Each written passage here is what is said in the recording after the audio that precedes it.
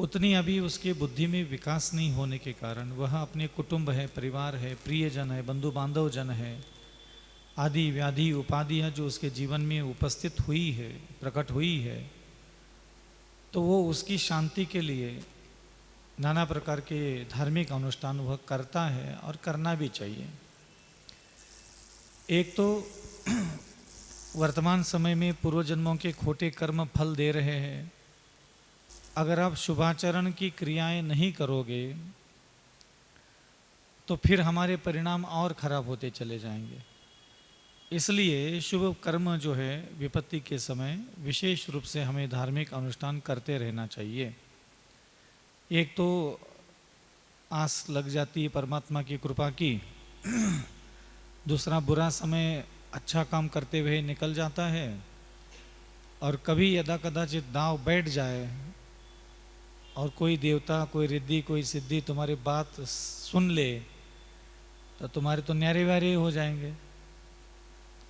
तो इसलिए चाहे आप मोक्ष मार्ग में हो, चाहे आप अन्य किसी प्रकार के उद्देश्य को लेकर के हो, शुभ क्रिया तो जिनेंद्र भगवान की क्रियाएं हमेशा करते रहना चाहिए।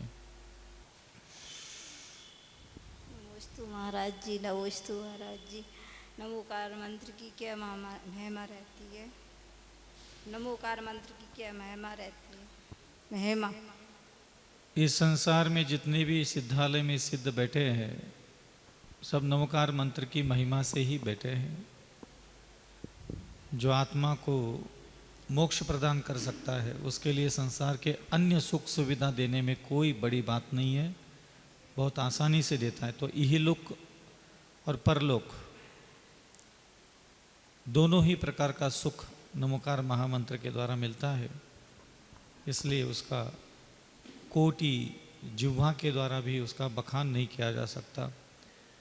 कौन सा व्यक्ति किस प्रकार की भक्ति, आस्था, प्रेम, आत्मीयता के साथ उसका उच्चारण, मनन, पठन, पाठन करता है तो उसका प्रत्येक साधक अपनी योग्यता के अनुसार फल भी प्राप्त कर लेता है।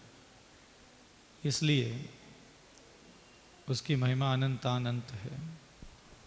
श्रीमती आशा जैन, इसके बाद तैयार रहें Naveen sir, city public school Digambar Jain panchayat के सदस्य। नमोस्तु महाराज जी। महाराज जी, धरती जैलरी में तब उतरता रहना शोभ है या सर? तब उतरता रहना कबूतर, हाँ तो पशु पक्षी है, उनके लिए आसमान ही उनके लिए रहने के लिए जगह है। आपके घर के छत पर अगर वो आके रहते हैं तो इसमें कोई अशुभ नहीं होता। अलग अलग तरीके से लोग इसका कथन करते हैं। कुछ लोग वास्तु के हिसाब से बोलते हैं, कुछ लोग अशुभ होता है, ये होता है, वो होता है, ऐसी बातें बोलते हैं। ठीक है, सबसे बड़े तो हम ही लोग हैं, जहां हम रहते वहां सत्यानाश कर देते हैं। कबूतर क्या बिगाड़ेगा हमारा? तुम्हारे घर के अंदर की जितनी चीज़ें बिगड़ी है तुम्हारी हरकतों से तो बिगड़ी है। तुम्हारे घर में जितना राग हो रहा है, द्वेष हो रहा है, घृणा हो रही है, नफरत हो रही है, भोग भोगे जा रहे हैं, हाँ, नाना प्रकार के क्रोध मान मायालोप किए जा रहे हैं, नाना प्रकार का मोह किया जा रहा है। ये जूते, चप्पल, कपड़े, लत्ते, माता पिता, शरीर, भोजन के ऊपर भोग भोगने के लिए मन लगाया जा रहा है। तो आपको क्या लगता है आपकी इन हरकतों से आपका कुछ बहुत अच्छा होने वाला है? और कबूतर आके बैठ भी जाए तो क्या बिगाड़ लेगा? जितना तुम खुद का खुद बिगाड़ रहे हो वो तो दिखता नहीं है। कबूतर आके बिगाड़ रहा हो, फलाना चीज़ आकर के बिगड़ रहा हो, तुम तो बिल्कुल दूध के धुले ही हो। तुम तो कुछ कर ही नहीं रहे हो, तुम तो निर्दोष, अबोध, बालक, निर्विकार हो। तुम्हारे जीवन में जितना बुरा हो गया वह सब वास्तु दोष के कारण हो गया, तुमने कुछ खोटे काम किए ही नहीं थे। तो ये जो धारणाएं लोगों की बनती है कि किसी भी तरीके से हमारे जीवन में जो कुछ भी हो रहा है उसके लिए हम दूसरों को जिम्मेदार ठहराने के लिए दिमाग सबसे पहले तैयार होता है। खुद के खोटे कर्म हैं, दुकान नहीं चल रही है, कीने कर दो, भैंस दूध नहीं दे रही है, कीने बांध दो, घर में लड़ाई झगड़े हो रही है, कहाँ पता की नज़र लग गई। लड़ाई झगड़े करने वाले तुम, जबान तुम्हारी, दिमाग तुम्हारा, गाली गलौज तुम्हारा, घृणा तुम्हारी, कीने नजर लग गो। तो ये क्या है? मनुष्य की एक मनोविकृति यह है कि वह कभी भी किसी भी पीड़ा के लिए खुद ही खुद को जिम्मेदार नहीं ठहराता। वो हमेशा ही ऐसे हथकंडे अपनाता रहता है, इधर से उधर से कई छुचोरे छुचोरे प्रवचन, आधे उड़ते खाते पीते सुन लेता है, आधी अधूरी बातें। और वो अपने घर के ऊपर 2-4 कबूतर बैठ रहे होंगे और किसी ने कुछ बोल दिया होगा तो उसको कलेजे में लेके बैठ रहे, हाँ वो बात उन्हें कही थी, हमारे घरे 4 कबूतर बैठत, ई के लाने हमारे घर में सब अशुभ अशुभ हो रहे हो। तो इंसान को यही सब चीजें अच्छी लगती है कि ये शुभ है क्या, वो अशुभ है। तो ध्यान रखना, आप लोग जो निरंतर हिंसा, झूठ, चोरी, मैथुन, परिग्रह, क्रोध, मान, माया, लोभ, अज्ञान, मूर्खता, छलावा, कपट,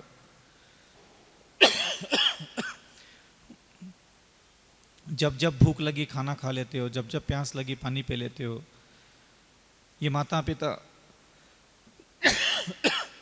ये पति पत्नी, पुत्र पुत्रियों के साथ आप लोग जो हरकतें दिन भर कर रहे हो, आपको लगता है इन हरकतों का रिजल्ट बहुत अच्छा मिलने वाला है अगले जन्म में? तो यही सारी चीजें हैं। तो जब भी आपके जीवन में कोई बुरी चीज दिख जाए तो उसके लिए दूसरों को जिम्मेदार मत ठहराओ।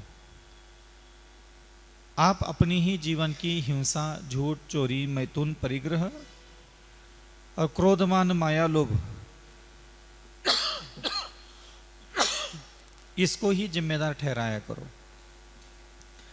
लेकिन क्या है कि जब चर्चा चलती ना, वास्तु दोष आएंगे, ऐसा नहीं कि वास्तु का प्रभाव नहीं होता, होता है। यंत्र का प्रभाव, मंत्र का प्रभाव, स्तोत्र का प्रभाव, ज्योतिष विद्या का प्रभाव, सबका प्रभाव है। लेकिन उसका मकान तुम्हें क्यों मिला बिगड़ा बिगड़ा? क्योंकि तुम्हारे कर्म वैसे थे। तुम्हारे कर्म अच्छे होते तो शुरू से ही निर्दोष वास्तु का मकान मिल जाता। और निर्दोष वास्तु भी तुम तभी निर्माण कर पाओगे जब आपका खुद का आत्मा में सुख भोगने का समय आया हो। ये ध्यान रखना। ऐसा नहीं कि तुम वास्तु बना लो और मैं वास्तु के ऊपर प्रवचन दे दूं, मैं पूजा के ऊपर प्रवचन दे दूं। हम तो प्रवचन और ज्ञान की कोई कमी नहीं भारत में। लेकिन आपके आत्मा में अगर सुख भोगने के लिए कर्म विद्यमान है, तभी आप यंत्र, मंत्र, तंत्र, ज्योतिष विद्या, वास्तु विद्या, इनका उपयोग करके अपने जीवन में सुख प्राप्त कर सकते हो। ये अपने आप आकर के आपको सुख नहीं देंगे, आपका खुद का उस सुख को भोगने का कर्म भी तो आत्मा में होना चाहिए। अगर वह सुख भोगने का आपके आत्मा में योग्यता नहीं है, जैसे कि वास्तु के हिसाब से 240 डिग्री सेल्सियस में अगर कोई स्टूडेंट पढ़ने के लिए बैठ जाए तो उसको बहुत अच्छे रिजल्ट मिलेंगे। ये तो एक सामान्य ज्ञान हो गया। लेकिन किसी भी आत्मा को पास होकर के कलेक्टर बनने का योग ही नहीं है तो वहां 10 साल तक भी खड़ा रहे तो भी कुछ नहीं होने वाला। तो मूल रूप जीवन का जो मूल स्त्रोत्र है दुख और सुख भोगने का, वो हमारे कर्म होते हैं। और हमारे कर्म अगर शुभ और अशुभ फल दे रहे तो बीच में कोई चीज आकर के ज्यादा प्रभाव नहीं डालती।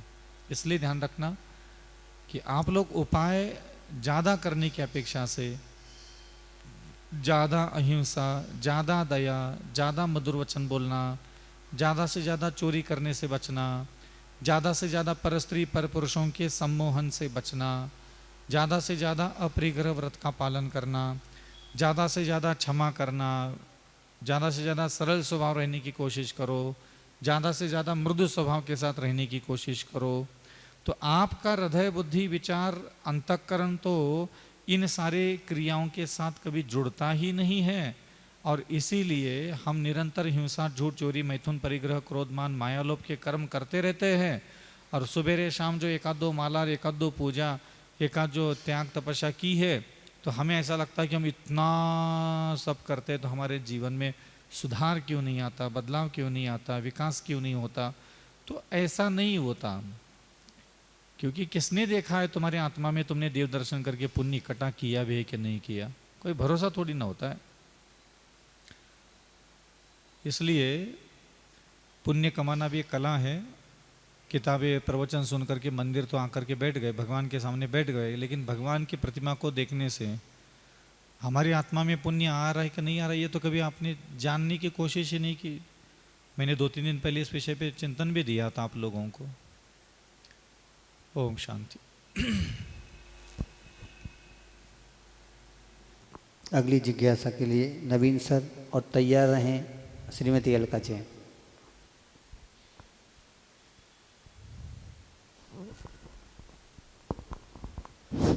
गुरुदेव के चरणों में नमोस्तु नमोस्तु नमोस्तु।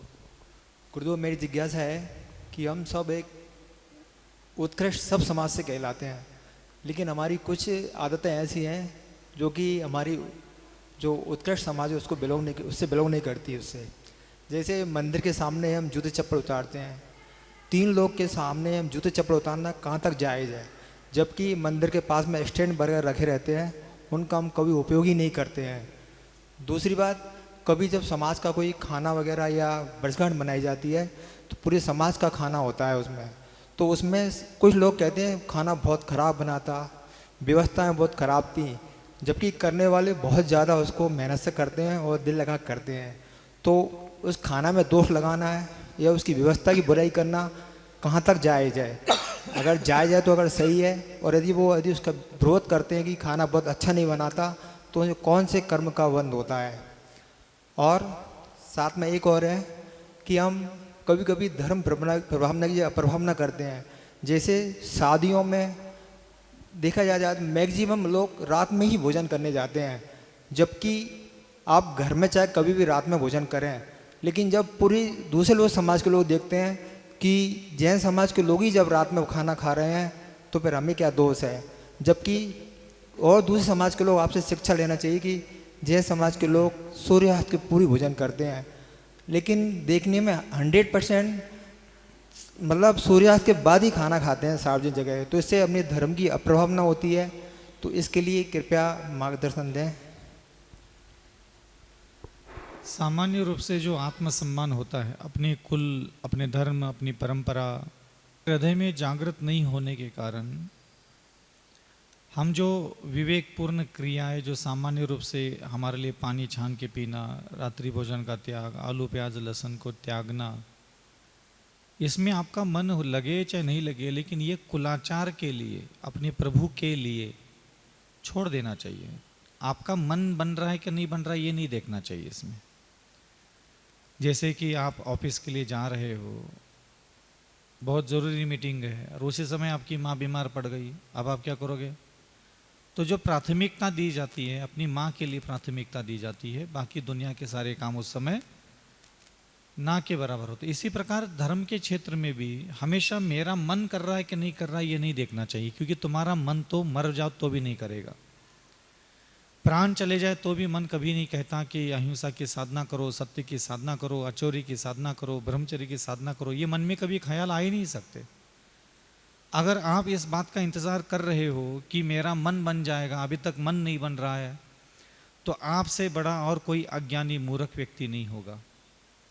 तो सबसे पहली बात होती है कि जो कोर्स बुक में हमारे लिए जिनेंद्र भगवान ने दिया है, सप्त व्यसनों का त्याग, मध्य मांस मधु का त्याग, 3 मकारों का त्याग, रात्रि भोजन जल लेने का त्याग, इस सारी चीज़ों के नियम लेने के लिए पलट करके आप ये जो देखते हो यार भी मेरा मन नहीं हो रहा है, बस ये कभी नहीं देखना चाहिए।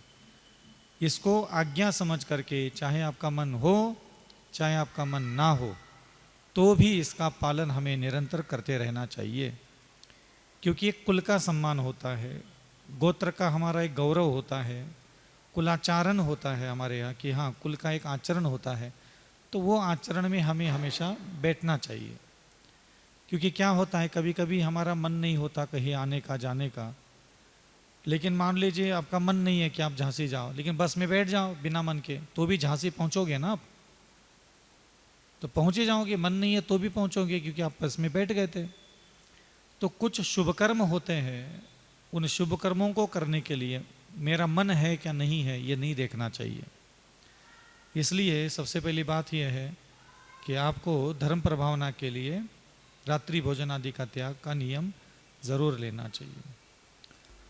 दूसरा बिंदु, जूते चप्पल उतारना जिनेंद्र भगवान की प्रतिमा के सामने, तो जहाँ जिनेंद्र भगवान की तीनों प्रतिमा 9 प्रतिमा है उसकी रेंज में पूरा मुख्य द्वार तक उसके सामने कभी जूते चप्पल नहीं आना चाहिए। आप अगल बगल में कहीं भी उतारे लेकिन सामने नहीं आना चाहिए। लेकिन वो आदत पड़ी है, घमंड है, गुरूर है अंदर, तो उस घमंड और गुरूर के कारण व्यक्ति ये सब हरकतें करता है। मतलब ऐसा नहीं कि उसको मालूम नहीं, सब मालूम है उसको, लेकिन वो क्या है, आंतड़ियों में टशन होता है। जब आदमी 2 बार का पेट भर के खाना खाने को मिलता है ना, तो उसको आदर, विनय, नम्रता, लघुता, लज्जा, अनुशासन ये शब्द अप्रिय लगने लग जाते हैं। तो जिसके पेट में बार बार भोजन, बार बार जल प्रवेश करता है, उस व्यक्ति पर प्रभु की वाणी कभी ज़्यादा असर नहीं करती। ये नियम है उसका। इसलिए मुनियों को एक बार भोजन एक बार जल का व्यवस्था दी गई है, ताकि वो जिनेंद्र भगवान के आज्ञा का पालन करने में थोड़ा आसानी हो जाती, मन जल्दी निर्माण होता है। तो दिन भर पेट में अन्न जाता है तो दिमाग अलग चलता है। तो क्षमा करने के लिए कहो तो करेगा नहीं, दया करने के लिए कहो तो करेगा नहीं, विनय करने के लिए तो कहे नहीं, वो टशन में रहता है। अभी जो टशन होती है ना, ये आती है अन्न के कारण। तो इसलिए थोड़ा सा इन चीज़ों से अपने को बचना चाहिए जितना बच सकते हो। श्रीमती अलका जैन और किसी जिज्ञासु को अपना यहाँ नाम लिखवाना चाहते हैं तो आ जाएं, यहाँ नामांकित करवाकर अपनी जिज्ञासा का समाधान ले सकते हैं। नमस्ते महर्षि जी। महर्षि जी, जिज्ञासा तो बहुत सारी हैं, लेकिन एक बार में कितनी पूछ सकते हैं? शुरू तो करो। जी महाराज जी। महर्षि, जैसे हम शावक हैं, पूजन करते हैं, स्वाध्याय आदि करते हैं, तो अभी हमने आपके मुख से सुना कि हम समीचीन ना करके हम उसका पूरा फल नहीं पाते हैं। तो हम मार्गदर्शन दें कि हम क्रिया लगता है कि हम करें कि नहीं करें, और करें तो कैसे करें ताकि हमें उसका पूरा फल मिले। मैंने अभी आपको कहा कि करे कि नहीं करे ये प्रश्न ही नहीं उठता। मन लगे तो भी और ना लगे तो भी। दूसरी बात, मैंने आपको ये नहीं कहा था कि पूजा ठीक से करना सिखाओ। मैं 100 साल तक भी सिखाऊंगा तो 100 साल तक भी ठीक से पूजा करोगे तो रिजल्ट नहीं निकलेंगे। इसका कारण ये है क्योंकि जो चीज़ें ठीक से करने के लिए कहा है, वो पूजा, दर्शन, अभिषेक, ये चीज़ें ठीक से करने के लिए नहीं कहा था भगवान ने। भगवान ने ये कहा था कि भाई क्षमा ठीक से करना सीख लो, सरल स्वभावी ठीक से होना सीख लो, मृदु स्वभावी होना ठीक से सीख लो। ये चीज़ें ठीक से होना चाहिए। विनय करना ठीक से आना चाहिए, मधुर वचन बोलना ठीक से आना चाहिए। दुनिया के लोग आएंगे, गाली देंगे, निंदा करेंगे, आलोचना करेंगे, घृणा करेंगे, ताना मारेंगे, वो सब ठीक से सुनना आना चाहिए था। अब तुम्हें ना ठीक से देखना आता है, ना बोलना आता है, ना सुनना आता है, ना ठीक से सोचना आता है। अब इधर आकर के ये चीज़ें तो तुम्हारे ठीक से काम नहीं करते, और इधर आकर के ठीक से पूजा, ठीक से जब 60 साल इसके लिए ना दो ना। जिस उम्र में आप पहुँचे हो उस उम्र के हिसाब से तो इन चीज़ों में ज़्यादा डुबकियाँ लगाना भी नहीं चाहिए। तुम कितनी भी बड़े बड़े महान तीर्थंकर के समोसर में बैठ करके भी तुम पूजा करना सीख के आ जाओ, हम तुम्हें लिख के देंगे, उसके बाद भी कुछ मिलेगा नहीं। मिलने का क्यों नहीं, इसका कारण नहीं पूछते आप, क्योंकि आप उस फल को प्राप्त करने की जो आपके अंदर योग्यता होना चाहिए, वो योग्यता आप में नहीं है। जैसे कि मान लीजिए हींग डला हुआ है एक बर्तन में, हींग वो हींग तो हटा नहीं, और एक व्यक्ति उसमें रोज 10 लीटर दूध रखता है। अब उस 10 लीटर का दूध पी करके पहलवान बनेगा? वो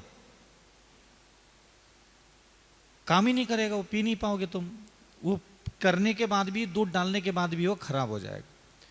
इसलिए ध्यान रखना, देव दर्शन, देव पूजा, गुरुपास्ती, स्वाध्याय, संयम, तप, दान, ये क्रियाएं करना है कि नहीं करना है तो प्रश्न ही नहीं पूछना है। ये तो मन लगे तो भी और ना लगे तो भी करना है, क्योंकि इससे तुम्हारा कोई ज़्यादा कल्याण होना नहीं रुका हुआ है। ये करने की योग्य कार्य है, करते जाओ। जैसे आप अपने घर में झाड़ू लगाते हो, बर्तन मांजते हो, कपड़े धोते हो, खाना बनाते हो, कभी ऐसा हुआ है आज पता नहीं हमारा मन नहीं लग रहा खाना बनाने के लिए, तो कभी कैंसिल किया है खाना बनाना? आज झाड़ू लगाने में मन नहीं लग रहा, तो भाव नहीं लग रहा है, पति को बोल दो आज हमारा पता नहीं कहानी भाव ही नहीं लग रहा हो, भाव नहीं आ रहा हो आज, तो भैया तुम्हारा भाव लगे चाहे नहीं लगे, मुंह उठा करके उठो, चुपचाप झाड़ू लगाओ, चुपचाप किचन में जाओ, चुपचाप बर्तन मांजो, चुपचाप कपड़े धो लो और चुपचाप बच्चों के डायपर बनियान उठा करके पहनाते रहो। तुम्हारा मन लगे चाहे नहीं लगे। तो इसमें तुम्हें ज़्यादा कोई ध्यान देने की आवश्यकता नहीं है। मैं इसलिए इसको कहता हूँ कि इसकी कोई विधि मत पूछा करो। आपको जिस विधि से जितनी बुद्धि जितना मन है, इसको बिना किसी ज्ञाप किए, मतलब जीवन में एक दिन भी नहीं छोड़ना। कोशिश करो, भगवान से प्रार्थना करो कि तेरा दर्शन, तेरी पूजन, तेरी अर्चना, तेरी स्तुति करने के लिए मैं आखिरी सांस तक तेरे सामने बैठा रहूं, मन लगे चाहे नहीं लगे। जो मन लगाने की बात आती है, कई लोगों को ऐसा लगता है कि भाई मन तो भगवान में लगाना है, मन मंत्र में लगाना है, मन स्तोत्र में लगाना है, मन चालीसा में लगाना है, मन तो पूजा में विधान में लगाना है, ध्यान में लगाना है। किसी भी जगह पे आपको इसमें मन लगाने के लिए कहा ही नहीं गया है। और मैं बार बार कहता हूं आपको कि आपको मन लगाना है विनय करने में। पूछो ना कभी किसी दिन आकर के, पता नहीं महाराज मेरे आसपास मेरे घर में परिवार में बहुत लोग रहते हैं और ठीक से विनय करने में मेरा मन ही नहीं लगता, पता नहीं क्यों। ठीक से क्षमा करने के लिए मेरा मन एकाग्र ही नहीं होता, ठीक से पर पुरुषों को भाई मानने के लिए मेरा मन ही एकाग्र नहीं होता, पर स्त्रियों को बहन मानने के लिए मेरा मन एकाग्र नहीं होता। ये प्रश्न होता है, ये समस्याएं है, ये समस्या का समाधान हो जाएगा। ठीक से पूजा कर भी लोगे, कोई विधि विधान कहीं जाकर के शिविरों में बैठ कर के सीख भी आ लोगे, तो आप बताइए तुम्हें कौन सी मैं पूजा करना सिखाऊं? क्या तुम उस पूजा में जो बोलते हो मम काम बांध विध्वंसनाय, क्या तुम अपनी काम वासना को शांत होते हुए देखने की कभी इच्छा भी तुमने की है? तुम्हें कभी उठते बैठते बोलते चलते कभी ख्याल भी आया है पूरी जिंदगी में? तुम्हारे कर्म की प्रेरणा से तुम्हारे दिमाग में काम वासना प्रकट हुई और तुम्हें जिनेंद्र भगवान के सामने जो आज अर्घ्य चढ़ाया था कि देखो देखो मेरे चरित्र मोहनीय कर्म के कारण, मेरे पूर्व जन्मों के संस्कार के कारण मेरे शरीर में, मेरे वाणी में, मेरे मन में काम वासना उत्पन्न हो रही है और ये बिल्कुल नष्ट होना चाहिए, ये कभी दिमाग में ख्याल भी आया है पलट करके? तो ये बहुत दूर की चीजें है, अभी तो सिर्फ करो। तो ऐसा नहीं होता कि तुम्हारा पूजा करते करते कोई क्षुधा रोग विनाशनाय का मन होता है। आप बताओ, 40 साल से यहाँ पूजा करते हो, 40 साल से यहाँ क्षुधा रोग विनाशनाय का अर्घ्य चढ़ाते हो, कभी किसी दिन मान लो तुम्हें भूख ना लगी, शाम को भी ना लगी, दूसरे दिन भी ना लगी, गली गली में घूमती, का पतो कचुप सुहा ही नहीं रहो, उसा नहीं रहो, इतो सो तो खाओ, सुबेरे भी रोटी भाई नहीं, अभी भी रोटी भाई नहीं रही हमें। तुमने पलट करके कभी जिंदगी में जब तुम्हारी भूख मर गई, कभी कुछ हो गया, तो तुम्हें याद आया भगवान की?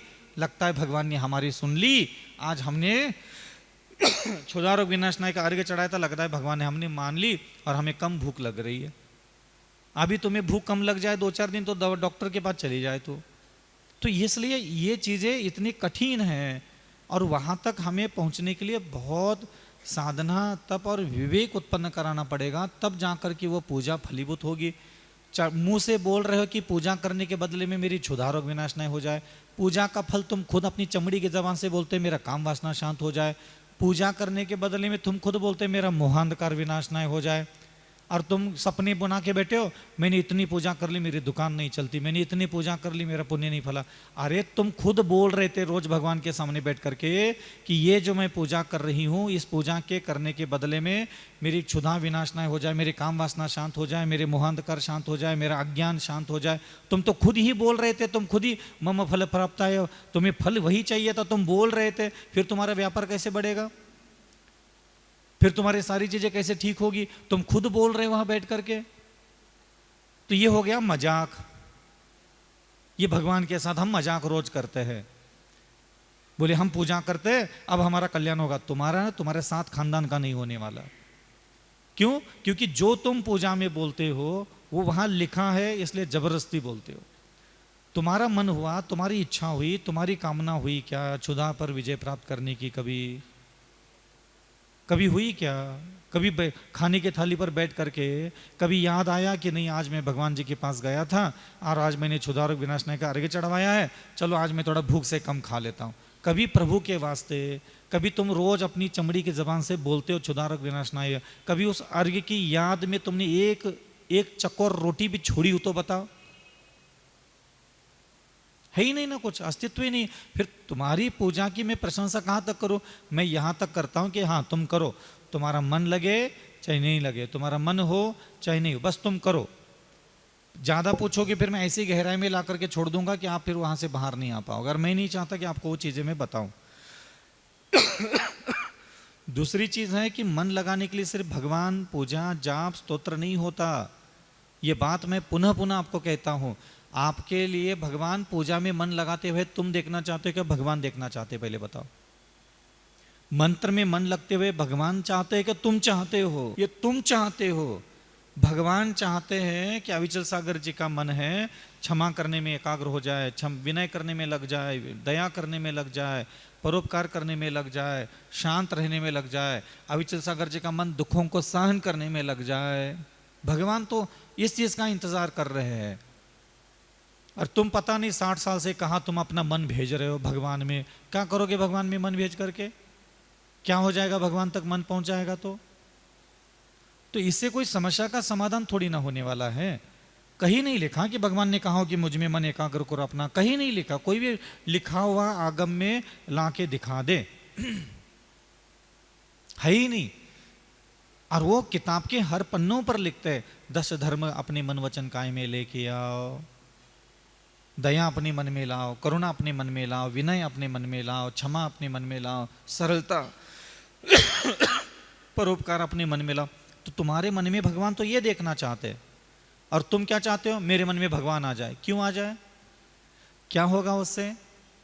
तो उससे कोई आपको ज्यादा लाभ नहीं मिलने वाला। और इसलिए तो जीवन भर ऐसे कैसे रहे हो, कोई विशेष उपलब्धियां कभी जीवन में प्राप्त नहीं कर पाए। इसका कारण यही है कि आपको ऐसा लगता है कि यार भगवान मन में भगवान आना चाहिए, भगवान में मन लगना चाहिए। कितना बड़ा काम है, तुम्हें लगता है बड़ा काम, लेकिन मुझे लगता है वो 2 कौड़ी का काम है।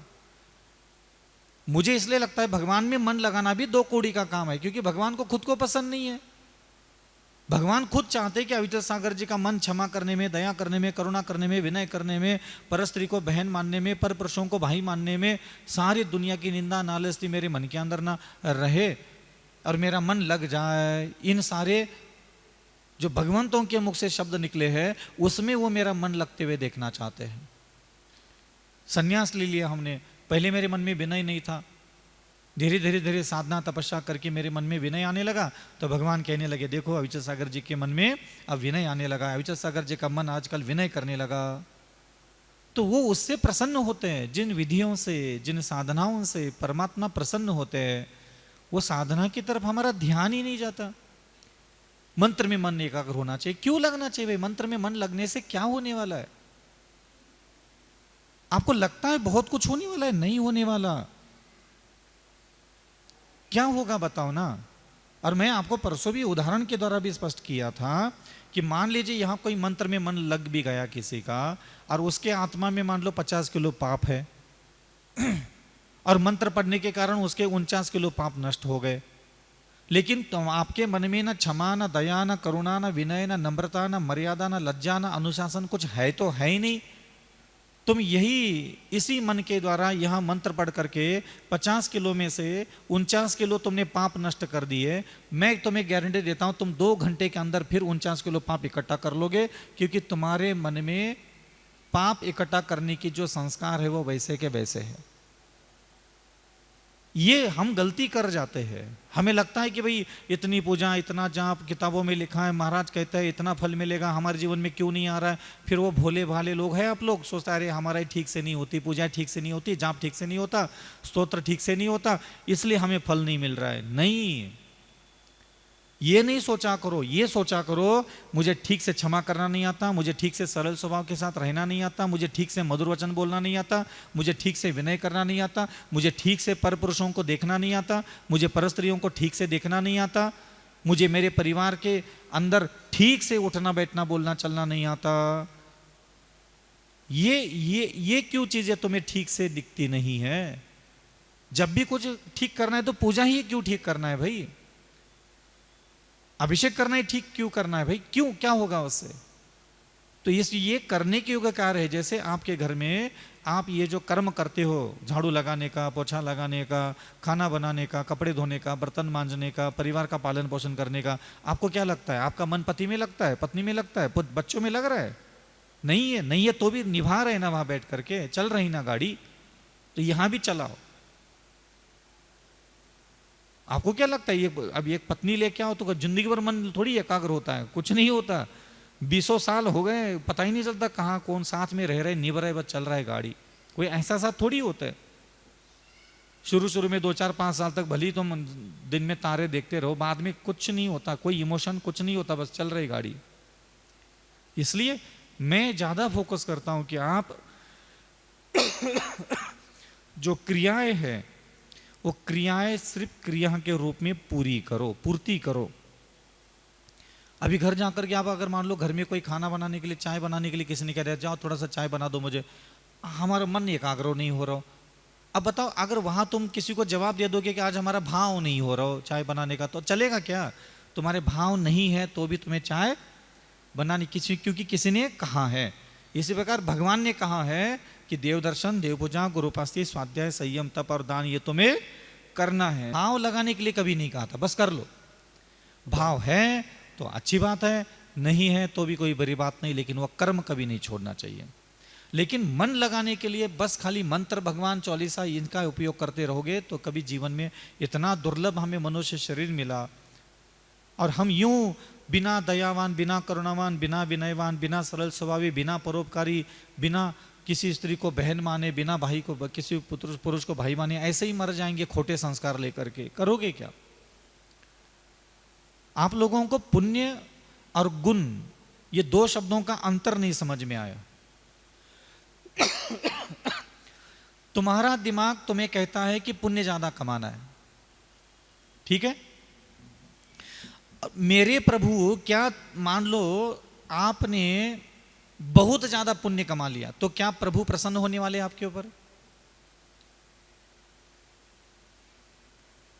अरे यार क्या पुण्य कमाओ तुमने, बहुत अच्छा आशीर्वाद, कुछ मिलने वाला है क्या?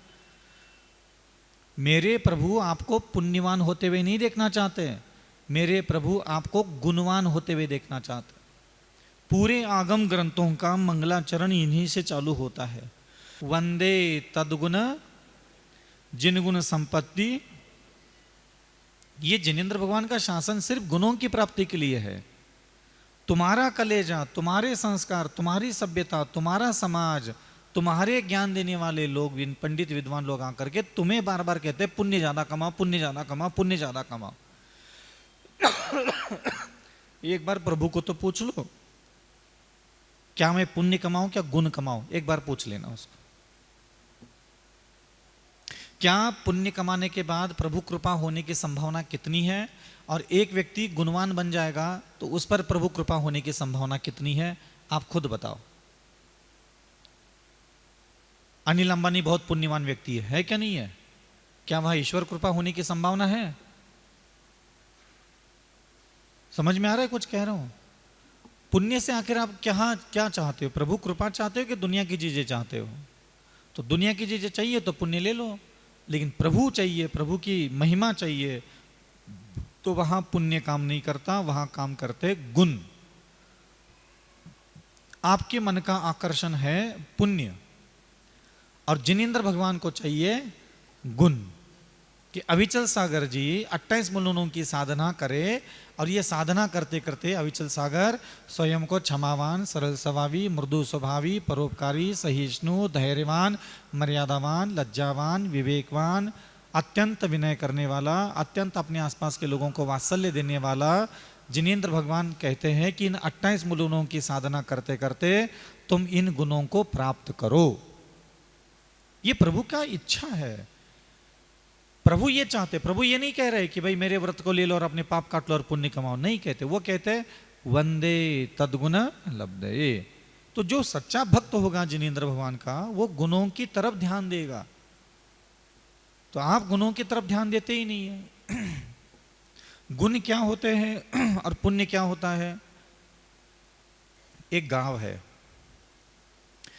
उस गांव में एक बहुत बड़ा मंदिर है, जैसा अपना शांतिनाथ जिनालय विशाल जिनालय है ऐसा।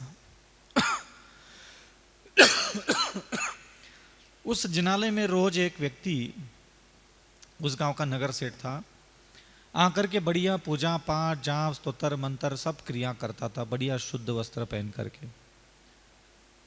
और मान लो दुनिया में 100 किलो पुण्य होता है, और उसने यहाँ मंदिरों में आकर के पूजा पाठ जाप स्तोत्र मंत्र करके 100 किलो में से मान लो 70 किलो पुण्य कमाया उसने। कितना? 70 किलो पुण्य कमाया। इतना विशाल पुण्य कमाया उसने। और समय आने के बाद वो एक दिन समाधि मरण हो गया, और मर करके वो किसी एक राज्य का राजा बन गया, बहुत बड़ा राजा बन गया। उसी गांव में उस मंदिर के बाहर एक भिखारन रहती थी, भिखारी औरत रहती थी। उसका एक 15-20 साल का लड़का था। तो एक दिन वो भिखारन औरत अपनी झोपड़ी में चली गई, गांव के बाहर जो झोपड़ी थी, भीख मांगने के बाद। तो पड़ोस के कुछ लोग आकर के उसके लड़के की उसको शिकायत सुनाई कि तुम्हारा जो लड़का है ना, दिन भर गंदे गंदे गंदे गंदे गंदे गालियां देता रहता है, ऐसे ऐसी बातें बोलता है, हमें तो सुनी भी नहीं जाती। तो जो भिखारन औरत थी वो आधी जिंदगी तो मंदिर के बाहर बैठ करके भीख मांगने में निकाली थी। और जैसे हम जैसे साधु संत आते हैं, बाहर एक स्पीकर लगा रहता है, तो बैठे बैठे कोई भी कुएं के बगल में बैठ के सुन रहा होता है।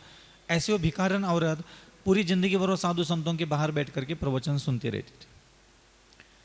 तो वो अपने बेटे को बगल में बिठाया, बगल में बिठा करके उसको गोदी में सिर रखा, और उसके बालों को सहलाते सहलाते वो भिखारन औरत अपने बच्चे को ये कह रही है कि बेटा, अब उस भिखारन ने साधु के मुख से जो सुना था कि बोलना सीखना चाहिए, और कैसे बोलना चाहिए, मधुर वचन, प्रिय वचन, आनंद देने वाले वचन, सभ्य वचन, शोभा देने वाले, प्रशंसा के योग्य, मर्यादा, धार्मिक शब्दों का इस्तेमाल करके ही अपने आसपास के लोगों से बात करना चाहिए। तो ये सारी कि उस भिखारन औरत ने अपने बच्चे को बोलना सिखाया। स्त्री से कैसे बात करे, पुरुषों से कैसे बात करे, बालकों से कैसे बात करे, बालिकाओं से कैसे बात करे, कौन से शब्द मुंह से बाहर निकलना चाहिए, कौन से शब्द मुख से बाहर नहीं निकलना चाहिए, कितना भी गुस्सा आ जाए। तो उस माँ ने उसको कहा, और वो बेटा बहुत आज्ञाकारी था, और उस माँ ने उसको जो जो जैसा जैसा सभ्य, शालीन, मर्यादा, अनुशासन के तरीके से बात करना 10-20 मिनट तक उपदेश देकर के सिखाया। उस बच्चे ने कहा, ठीक है माँ, आज के बाद मैं पूरी जिंदगी तुमने बोलना कहा है, मैं वैसा ही वार्तालाप करते हुए अपना जीवन निकालूंगा। 2-4-6 महीने निकल गए, फिर 2-4 लोग आ गए। तुम्हारा मोड़ा जवान हो गया, घूर घूर के दिन भर देखता रहता, मैं घूर के देखता है, काम वासना से देखता है, अश्लील तरीके से देखता है, ठीक से नहीं, अपनी देखना बिल्कुल आंखें खराब है इसकी। तो माँ को लगा कि बात तो बिल्कुल सही है, लड़का बड़ा होता चला जा रहा है।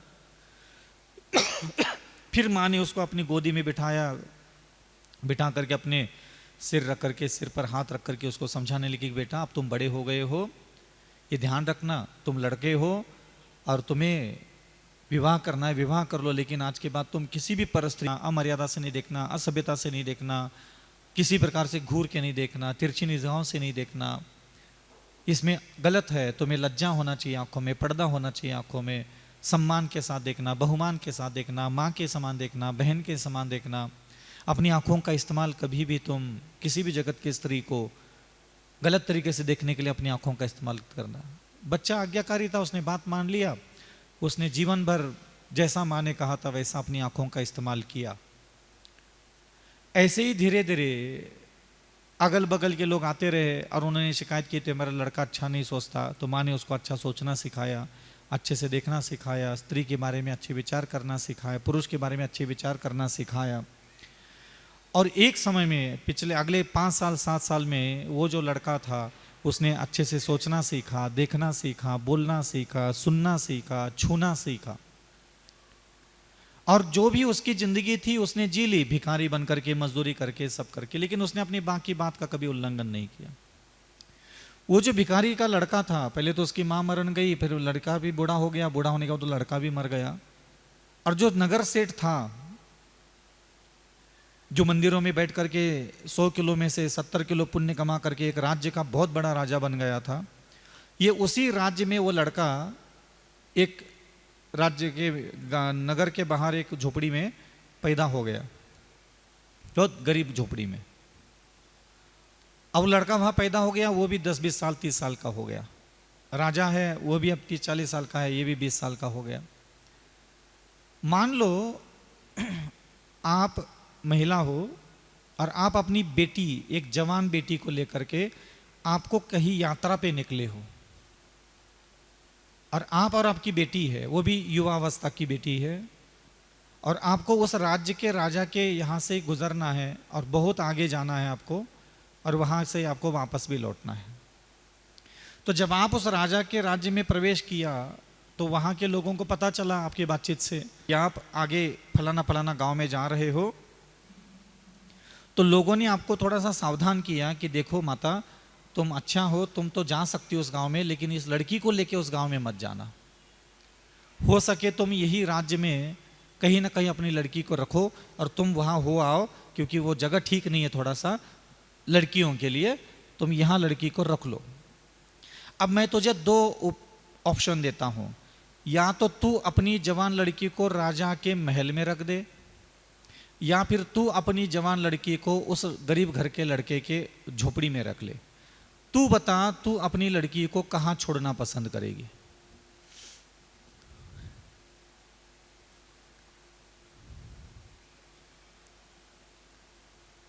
कहाँ छोड़ोगे? हाँ, जोर से बोलो। राजा के पास? क्यों राजा के पास क्यों नहीं? पुण्यवान है, भगवान की पूजा पाठ करके इतना पुण्य कमा करके मर गो तो डोकरो उधर बन गो, क्या दिक्कत है? आपकी लड़की अगर आप राजा के दरबार में छोड़ दोगे तो क्या दिक्कत है? हैं?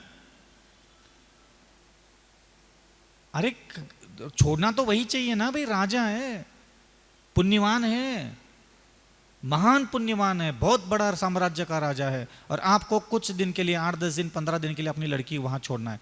या तो उस गरीब घर के लड़के के झोपड़ी में छोड़ दो, या फिर राजा के कमरे के बगल में कमरा लेकर के वहां छोड़ दो। आप बताओ आपकी लड़की कहां सुरक्षित है?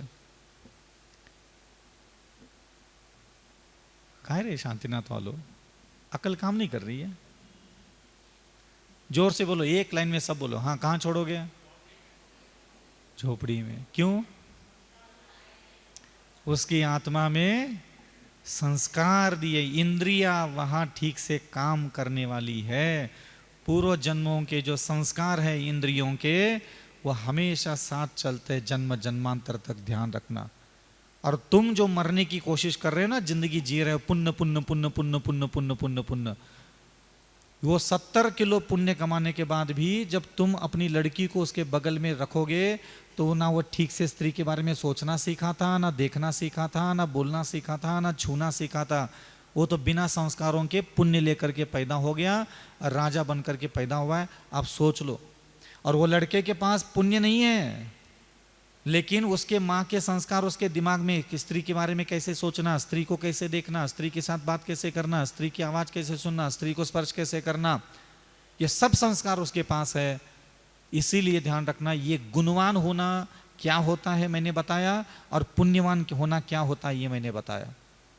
करो या शांति धारा करने के लिए कोई भी व्यक्ति खड़ा हो, क्या आपको लगता है कि वो अगर शांति धारा करने वाले व्यक्ति, कोई व्यक्ति आपके चेहरे की तरफ देख ले पलट करके, क्या आपको विश्वास है वो आपको बहन के समान देखने की ताकत रखता है? हिम्मत किसी में? दुनिया भर के प्रपंच तो पूछ लेते हो, अभिषेक का क्या फल होता है, शांति धारा का क्या फल होता है। फल उनको होता है जो शांति धारा करता है, उनको फल नहीं होता। जिनकी योग्यता होती है, वो योग्य व्यक्ति जब शांति धारा करता है तब उस शांति धारा का फल मिलता है। पात्र ही गंदा है और उसमें तुमने अगर मिठाई का भरा दूध डाल दिया हो तो दूध ही खराब होने वाला है, पात्र थोड़ी खराब होगा। तो आपने कभी भी इतना अमूल्य जैन धर्म मिला जो पन्नों पन्नों पर तुमसे उम्मीद रखता है कि तुम सोचना सीख लो, देखना सीख लो और बोलना सीख लो, सुनना सीख लो। तुमने कभी इन चीजों को महत्व नहीं दिया।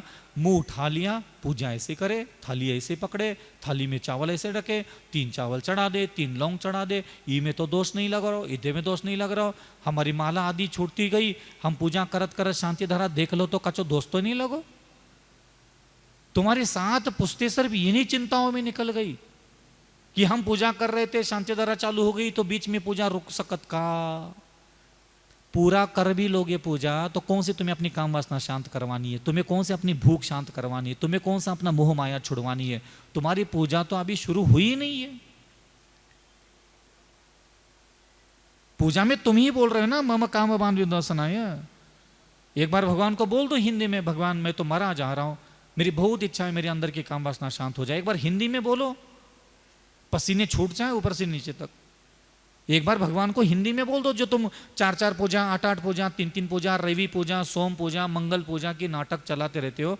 एक बार आकर के यही खड़े रहो और भगवान जी की तरफ देख करके बोलो, भगवान और मेरे से कितना तुम अर्घ्य चढ़वाओगे, कर लो ना मेरे शरीर की सारी काम वासना शांत। मेरी भूख कब 18 साल की 12 साल की उम्र से मैं भरपेट खाना खा रहा हूँ, भूख ही खत्म नहीं हो रही, और मेरे से कितने अर्घ्य चढ़वाओगे। बोलना हिम्मत हो तो एक बार, नहीं बोलोगे। तुम्हारी दुकान तुमने अलग तरीके से बिछा के रखी है, ये पूजा करते समय इधर जाओ उधर जाओ, नीचे से ऊपर चलो तो दोस्तों नहीं लगे। तुमने ऐसे प्रपंच और ऐसा मकड़ जाल बिछा के रखा है तुमने पूजा पाठ के नाम पर, कि तुम जो बोल रहे हो तुम्हें खुद को होश नहीं है कि तुम क्या बोल रहे हो, क्या पूछ रहे हो, क्या कर रहे हो। फिर तुम कहोगे कि महाराज आप सिखाओ ठीक से क्या होता है। फिर मैं भी नहीं सिखाऊंगा, क्योंकि मैं चाहता हूं कि तुम इन चीजों को ठीक से सीखने के लिए समय बर्बाद न करके, ये बहुत मुश्किल से कुछ और 10-20 साल किसी के पास बचे होंगे। मैं चाहूंगा कि इन चीजों को ठीक से करने से बेहतर है कि आप ठीक से विनय करना सीख लो, ठीक से स्त्री को पुरुष को देखना सिखाओ अपनी आंखों को।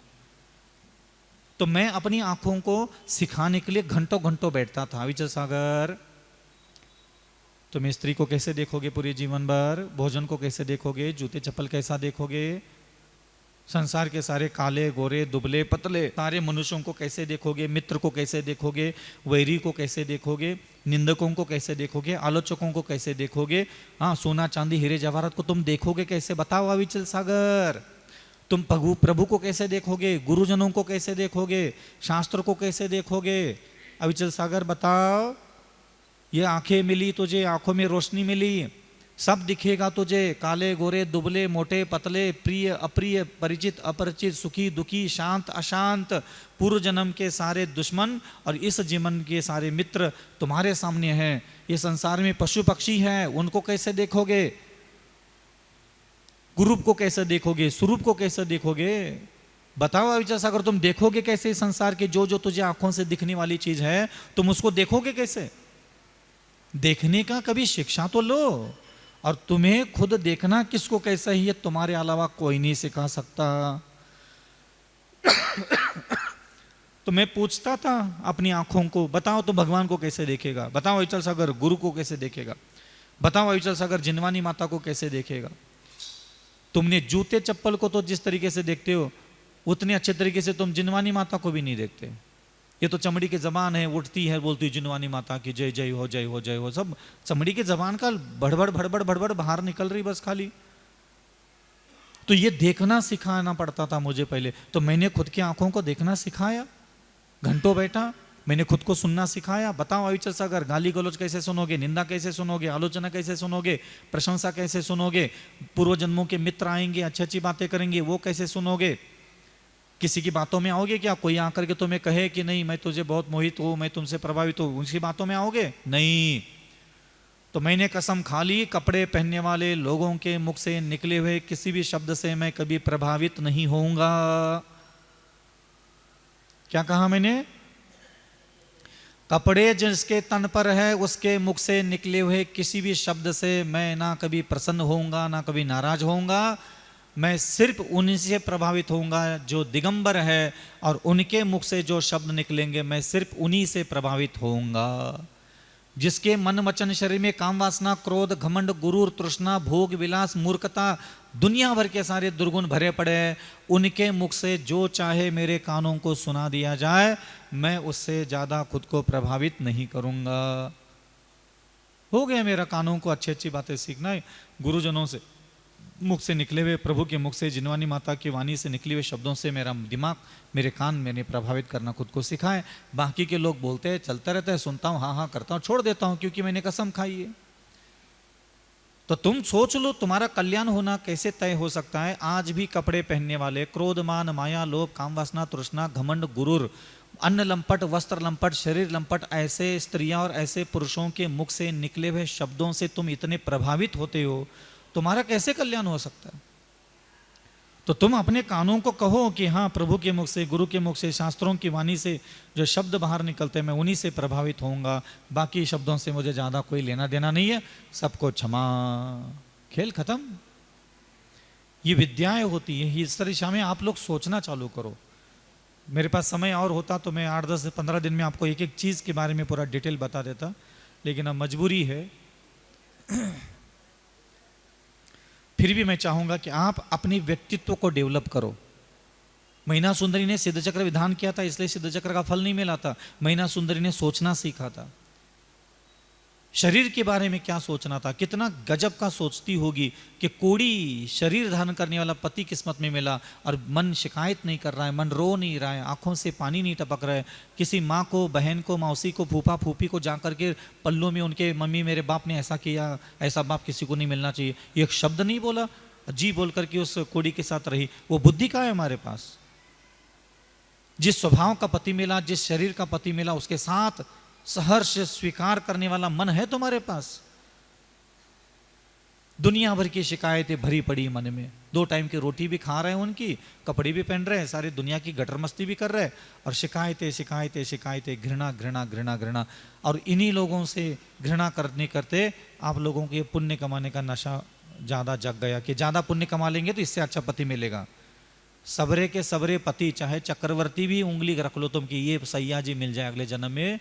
जो तुम्हारा पति कांड करता है ना तुम्हारे साथ, वही कांड वो चक्रवर्ती भी करेगा, कोई अलग कांड करने वाला नहीं मिलेगा। क्यों? क्योंकि जो भी तुम्हारा पति बनेगा अगले जन्म में भी, उसके अंदर क्रोध, मान, माया, लोभ, अहंकार, तृष्णा, कामवासना, अहंकार, घमंड, 8 कर्म उसके अंदर होंगे कि नहीं होंगे? तो 8 कर्म धारण करने वाला कोई भी संसारी जीव ऐसी ही हरकत करता है जैसे इस जन्म में तेरा पति हरकत करता है। गरीब अमीर होने से उनकी हरकतें नहीं बदलती। समझ में आ रहा है? तो इसलिए ऐसा ऐसा, इतना उतना, ये सब बेकार की बातें हैं।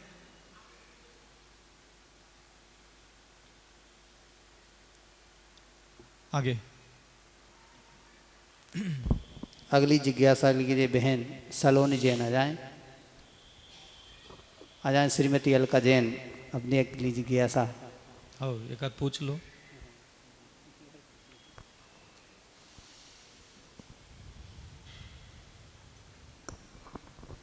नमस्ते महर्षि जी।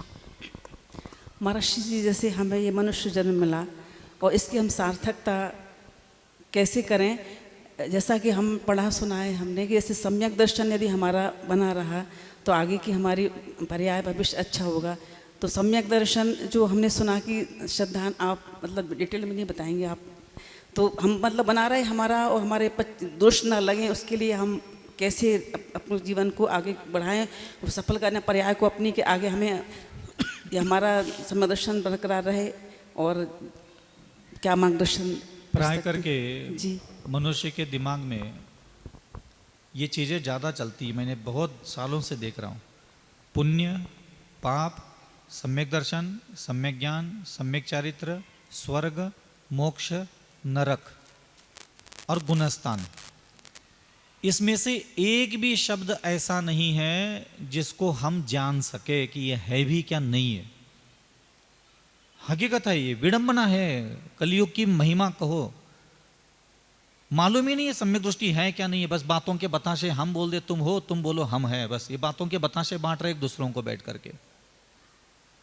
सम्यक दर्शन क्योंकि एक जात की किताबें पढ़ करके वही दिमाग में बोलने की आदत पड़ी है। जो चीज हमारे पकड़ में है ही नहीं, हम उसी चीज का ज्यादा पीछा करते हैं। स्वर्ग की ज्यादा बातें करेंगे, मोक्ष की ज्यादा बातें करेंगे, सम्यक दर्शन ज्ञान चारित्र की ज्यादा बातें करेंगे, पुण्य पाप की ज्यादा बातें करेंगे। बताओ तुमने अभी कितना पुण्य कमाया, पता चल जाएगा? नहीं चल जाएगा। कितना पाप काटा, पता चल जाएगा? नहीं चल जाएगा। सम्यक दर्शन का पता चल सकता नहीं, वो केवली गम में है। और हम पूरी खोपड़ी मुंडी घुर्जड़ देता है इसमें और जीवन भर इसकी बातें करते रहते। भैया अपन तो सम्यक दृष्टि, क्यों भाई, क्यों लगे इन सारी चीजों में? जो चीज सिर्फ केवली भगवान जान सकते हैं उसको हम क्यों पकड़ने की कोशिश करते? और अगर कोई सम्यक दर्शन है तो वो नरक या नारकियों के पास भी है। ये समुद्र में मछलियां, केकड़े, मेंढक घूम रहे उनके पास भी है। तो उनके पास कैसे गया? वहां ना कोई भगवान है, ना गुरु है, ना शास्त्र है, ना आलू, ना प्याज, ना लहसुन, वो एक दूसरे की जीव को कच्चा खा रहे, वहां कैसे पनपता है? तो वहां मन की सुंदरता, वाणी की सुंदरता, इंद्रियों की सुंदरता। जो मन आपका अभी है, उस मन का आनंद तो आप किसी जीव को तो दे नहीं पा रहे। वाणी का आनंद तो आपने धर्म के द्वारा किसी को दिया नहीं। शरीर की इंद्रियां तो कभी आपने धर्म के जैसी हरकत करने वाले बनाई नहीं। फिर मैं आपको सम्यकदर्शी, सम्यक ज्ञान, सम्यक चरित्र का मालिक कैसे मानूं? कैसे मानूं? क्योंकि सम्यक दर्शन की जो कसौटियां हैं, निशंकित, निकांक्षित, निर्विचिकित्सा, अमूढ़ दृष्टि, उपगोहन, स्थितिकरण, वात्सल्य और प्रभावना, ये आत्मा में होता है क्या मन वचन काय में होता है? तो मन वचन काय में निशंक, मन में निशंक अवस्था, मन की आकांक्षा, मन के अंदर आकांक्षा होती तो मन के अंदर की आकांक्षा हटाओ। निशंकित, निकांक्ष, निर्विचिकित्सा, मन को ऐसा निर्माण करो वह किसी से ग्लानि ना करे। एक मन ऐसा बनाने के लिए कहा है भगवान ने। और मैं बार बार आपको प्रेरित करूंगा कि आपको इन चीजों से हट करके, देवगुरु शास्त्र के चक्कर से हट करके, आपको भगवान के मुख से निकले हुए शब्दों की तरफ ज्यादा ध्यान देना चाहिए। आप भगवान की तरफ थोड़ा कम ध्यान दे दो और भगवान के मुख से निकले हुए शब्दों की तरफ ज्यादा ध्यान दे दोगे तो आप भगवान तक जल्दी पहुंच जाओगे। अब भगवान के मुख से जो शब्द निकला है कि सम्यक दृष्टि कौन है, तो जिसके मन में निशंकता हो, जिसके मन में आकांक्षा ना हो, जिसके मन में ग्लानि ना हो, किसी के लिए ग्लानि नहीं। अमूढ़ दृष्टि, मन के अंदर की मूर्ख हरकतें छोड़ दी हो। तुम्हारे मन की मूर्ख हरकतें छूटी कहां? बताओ कौन सी मूर्ख हरकतें छोड़ी तुमने? जूते चप्पल तक के लिए रोते हो आज भी, सोना मिट्टी है उसके लिए तक रोते बिलकते हो, गाली गलौज करते हो, रिश्ते खराब करके बैठ जाते हो अभी भी। ये मूर्ख हरकतें नहीं है, ये मूर्ख हरकतें हैं जो पुद्गल पदार्थों के लिए मरा जाता है, तड़पता है, आकुल व्याकुल होता है। उस पुद्गल पदार्थ को प्राप्त करके जो व्यक्ति खुशियां मनाता है, ऐसे व्यक्ति को सम्यक दृष्टि थोड़ी ना होता है। उपगुहन, दूसरों के दोष ढाकने वाला मन होना चाहिए। कहां तुम्हारा मन दूसरों के दोषों को ढाकता है? ढाकता ही नहीं है। स्थितिकरण, दूसरों को धर्म में दृढ़ बनाना। उपगुहन, वात्सल्य, कहां वात्सल्य है? बताओ तुम्हारे वात्सल्य का आनंद कितनों ने लिया? एक पति को खुश कर लिया, एक पत्नी को खुश कर लिया, एक आध दो चार बच्चे, दो चार सहेलियां, कौन किसको खुश करने के लिए तुम बैठे हो? तुम्हारे वात्सल्य का आनंद कितनों ने लिया? बताओ। 2000, 3000, 5000 लोगों को तुमने वात्सल्य दिया हो तो बताओ। क्या आंखें फूट गई थी? क्या जबान में ताले लग गए थे? क्या हाथ पैर किसी ने बांध के रखे थे? किसी ने जय जयेंद्र कर लिया? मंदिर आ गई, किसी गरीब घर की महिला ने जय जयेंद्र किया तो तेरे अंदर का घमंड जागता है, हम इसको कैसे जय जयेंद्र करें? ऐसे कन्नी काट के निकलती बाइया, बड़की बाइया, पैसी वाली बाइया देख लो कैसे आती बुड़ बुड़ करके। कोई जय जयेंद्र कर दो, ऐसे आंखें नहीं, आंखों की कठपुतली ना हिलाए। कहेगा तुम्हारा सम्यक दर्शन? तो सम्यक दर्शन की बातें करना बहुत आसान है, लेकिन जो मन वचन शरीर में सम्यक दर्शन की जो बाह्य लक्षण का है वो है ही नहीं, तो फिर अंतरंग में हम कैसे माने कि आपके पास सम्यक दर्शन है? प्रशम भाव, संवेग, आस्तिक्य और अनुकंपा, ये 4 लक्षण होते हैं सम्यक दृष्टि जीव के। इतना दयालु होता है। बताओ तुम्हारी दया का आनंद एक कुत्ते ने भी ठीक से कभी लिया है क्या? एक कुत्ते ने भी, एक मच्छर ने भी तेरी दया का आनंद लिया हो तो बताओ। किसी भी जीवित जीव ने तेरी दया का आनंद प्राप्त करके सुकून प्राप्त किया हो तो बताओ। कुछ है ही नहीं। जबरदस्ती के भगवान को सामने बिठा दिया, हमने सामने बिठा दिया, जिनवानी की 2-4 बातें इधर की उधर की कर ली और हमने बस खाली बाहर निकलते ही सब अपने अपनी दुनिया में सब मस्त मजे मार रहे। इसलिए बातों के बताशे करना मेरा काम नहीं है। मैं आपको जिनवानी की बातें बता सकता हूँ, मेरे पास भी बहुत सारा ज्ञान है, लेकिन मैं चाहता हूँ कि आप हकीकत की तरफ आओ। मैं चाहता हूँ आपको पता चलना चाहिए कि मेरी जिम्मेदारी क्या है। तो लोगों को लगा कि बस खाली मंदिर पूजा पाठ जयोदस्त्र गुरु गुरु करो, गुरु गुरु गुरु भगवान भगवान करो, सम्यक दृष्टि हम हो जाएंगे। ऐसे सस्ते में सम्यक दृष्टि नहीं होते। मन नहीं बदला, वाणी नहीं बदली, इंद्रियों की हरकतें नहीं बदली, तुम कैसे सम्यक दृष्टि हो सकते हो? तो क्या मन बदला आपका बताओ? और वही भगवान कह रहे जिसके मन में गुण प्रकट हो गए हो। तो मन में कौन से गुण मांगे भगवान ने? निशंकित, निकांक्षित, निर्विचिकित्सा, अमूढ़ दृष्टि, उपगुण, चित्तीकरण, वात्सल्य और प्रभावना, ये 8 गुण तुम्हारे मन के अंदर भगवान देखना चाहते थे। इसलिए मैंने आपको कहा कि भगवान तुम्हें पुण्यवान होते हुए नहीं देखना चाहते, भगवान तुझे गुणवान होते हुए देखना चाहते। तुम पुण्यवान अपने लिए होना चाहते हो, क्योंकि तुम्हारी दुनिया भर की फटी पड़ी है, नुकसान हुआ है, अमीर बनना है, फलाना चाहिए फलाना चाहिए, इसलिए तुम्हें पुण्य चाहिए। भगवान पुण्यवान आत्माओं को पसंद करता है ऐसा नहीं है। परमात्मा, ईश्वर, देवता, रिद्धिया, सिद्धिया, देव, गुरु, शास्त्र सिर्फ गुणवान आत्माओं को ही पसंद करते हैं। और गुणवान आत्मा चाहे नरक में हो, चाहे त्रिंज गति में हो, चाहे कहीं भी हो, वहाँ देवता लोग पहुँच जाते हैं, उनकी सेवा करते हैं। ये ध्यान रखना, हमेशा कोशिश करना कि आप लोग अपने आप को देखना चालू करो कि मैं सोचता कैसे हूँ, मुझे और अच्छा सोचना सीखना है, मुझे ठीक से देखना नहीं आता, मुझे ठीक से देखना सीखना है, मुझे बोलना सीखना है, मुझे सुनना सीखना है, मुझे छूना सीखना है, मुझे भोजन करना सीखना है, मुझे कपड़े पहनना सीखना है, मुझे रिश्ते निभाना सीखना है। मुझे सीखना है कि मैं सोना चांदी हीरे जवाहरात को देखूं कैसे और प्रभु को कैसे देखूं। सीखना ही नहीं है। हमने ये कर लिया, हमने वो कर लिया, हम यहाँ गए थे, हमने इतनी वंदना हो गई, हमारी 2 वंदना हो गई। तू कर ले वंदना, तेरी मताई के साथ कर ले, तेरी मताई के मताई के साथ कर ले, होना धरना इससे कुछ नहीं है। मुझे शास्त्र की सारी बातें पता है, लेकिन मुझे ऐसा लगता है ये मेरा भव, ये अंतिम भव होना चाहिए, इसलिए मेरी चिंतन की दिशा थोड़ा सा कठोर होती है। लेकिन आज अगर मैं नहीं बताऊंगा तो फिर और जन्म जन्म आपके निकल जाएंगे कि यही सारी चीज़ें हैं, और यहाँ तक आप जीते जी पहुँच सकते हो। और पहुँचो। आप किसी की भी घर में हो, पत्नी बन के रह रहे हो, पति बन के रह रहे हो, सुखी हो दुखी हो, आपके घर में शांति अशांति हो, आप इस तरफ ज़्यादा ध्यान मत दो। ये चीज़ें कभी भी बदलने वाली नहीं है। ये अनंत काल तक संसार में हम जब तक गुणवान नहीं बनेंगे तब तक यही सब भुगतना पड़ेगा। और जिस दिन आप गुणवान बनने की तरफ ध्यान देने लग जाओगे कि नहीं मुझे गुणवान बनना है, बस मुझे गुणवान बनना है, चाहे दुनिया के लोग आकर के मेरे साथ कैसा चाहे वैसा व्यवहार करे, लेकिन मैं तो मरने के पहले गुणवान बन करके ही मरूंगा। सोच लो एक बार, अपने आप अपने अंदर बहुत अच्छे भाव, बहुत अच्छा हृदय निर्माण होने लग जाएगा आपका। आज के लिए इतना काफ़ी है। अहिंसा परमो धर्म की। आचार्य गो श्री विद्यासागर जी मुनि महाराज की, आचार्य श्री समय सागर जी मुनि महाराज की, निर्यापक श्रमण मुनि पुंगव सुधा सागर जी मुनि महाराज की, अहिंसा परमो धर्म की।